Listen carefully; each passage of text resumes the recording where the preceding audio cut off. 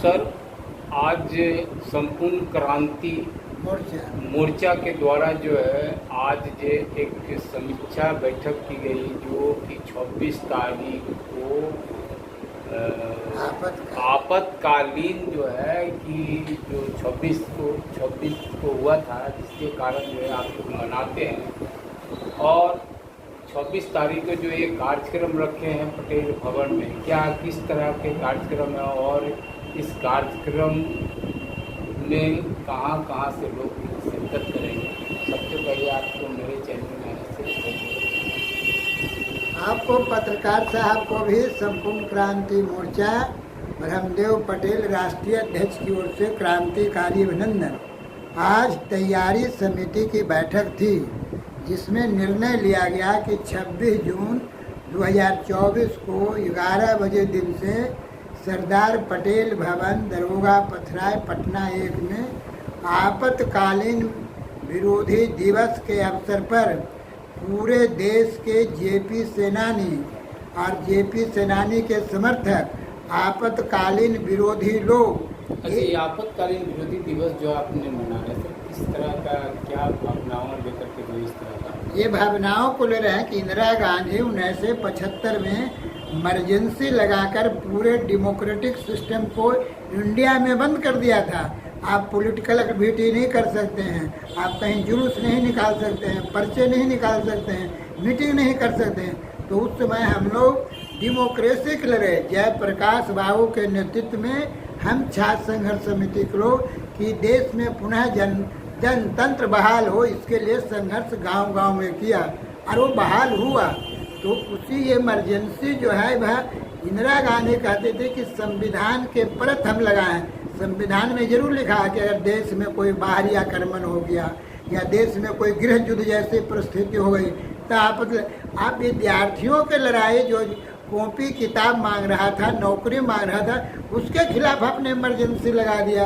और लाखों लोगों को पूरे देश में जो भारत का नक्शा है, कश्मीर से लेकर कन्याकुमारी, गुजरात से लेके आपके नागालैंड, ये भारत माँ की जो मानचित्र है, इसमें लाखों विद्यार्थियों को, नौजवानों को, किसान नेताओं को, राजनीतिक पार्टी के नेताओं को राताराती 26 जून को जेल में बंद कर दिया और पूरा देश हिंदुस्तान एक अंधकारमय हो गया। इंदिरा गांधी डिक्टेटर बन गई। जेपी को भी वहाँ बम्बे में ये में जेल में बंद किया। जेपी ने जेल से बोला कि सब मांग को स्थगित कर दो, तो लोग सिर्फ एक मांग करो कि देश में पुनः जनवाद हो, जनतंत्र हो, संविधान की रक्षा के लिए हम लड़ेंगे। हम लोग ने लड़ा और पुनः देश में संविधान की रक्षा हुई और 77 में चुनाव हुई, कांग्रेस पार्टी हारी और दूसरे लोग जनता पार्टी जेपी के सहयोग से जीते। ये कहाँ से लोग जो है कि आपके इस कार्यक्रम में ये जो जेपी समागम है 26 जून को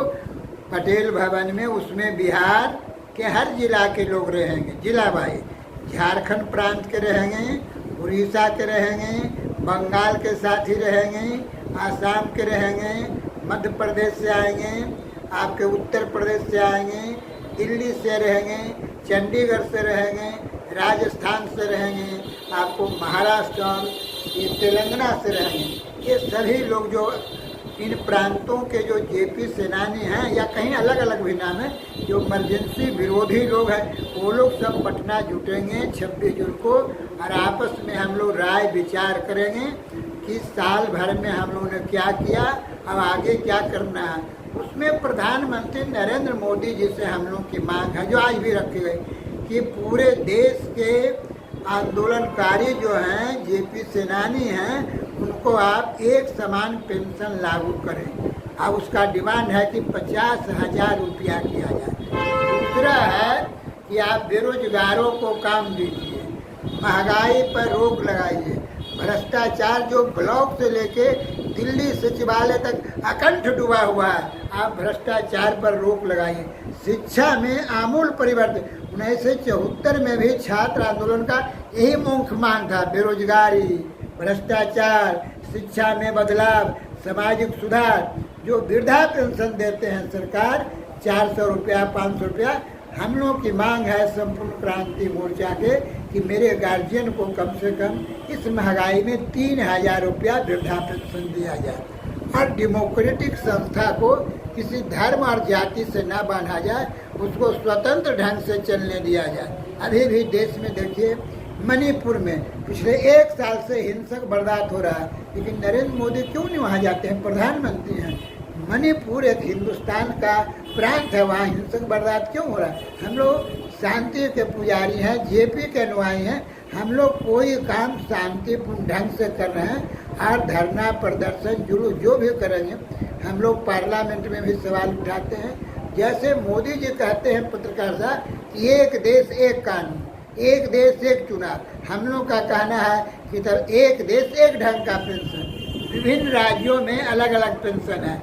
मोदी जी से प्रधानमंत्री आदरणीय से आग्रह है कि आप बादशाह हैं, आप हिंदुस्तान के तीसरे बार प्रधानमंत्री बने हैं, हम लोग अभिनंदन भी करते हैं। आप खुद बोलते हैं कि हम इमरजेंसी में के खिलाफ हम भी हैं, जेल में नहीं गए हैं, हम भी जेपी को मानते हैं। तो हम लोग का कहना है कि जो इमरजेंसी के विक्टिम लोग हैं, जिनको इमरजेंसी में जेल में सताया गया, जिनके घर उजाड़ दिए गए, किसी का मांग गुजर गया, किसी का बेटा मर गया, किसी का भाई मारा गया, किसी को जेल में डाल दिया, हमारे जैसे लोगों को 22 महीना मिसा में, तो इनके परिवार के एक लड़के को आप नौकरी दीजिए, आप एक समान पेंशन दीजिए और आप ऐसा कानून बनाइए कि पुनः कोई प्रधानमंत्री देश में इमरजेंसी लागू नहीं करे।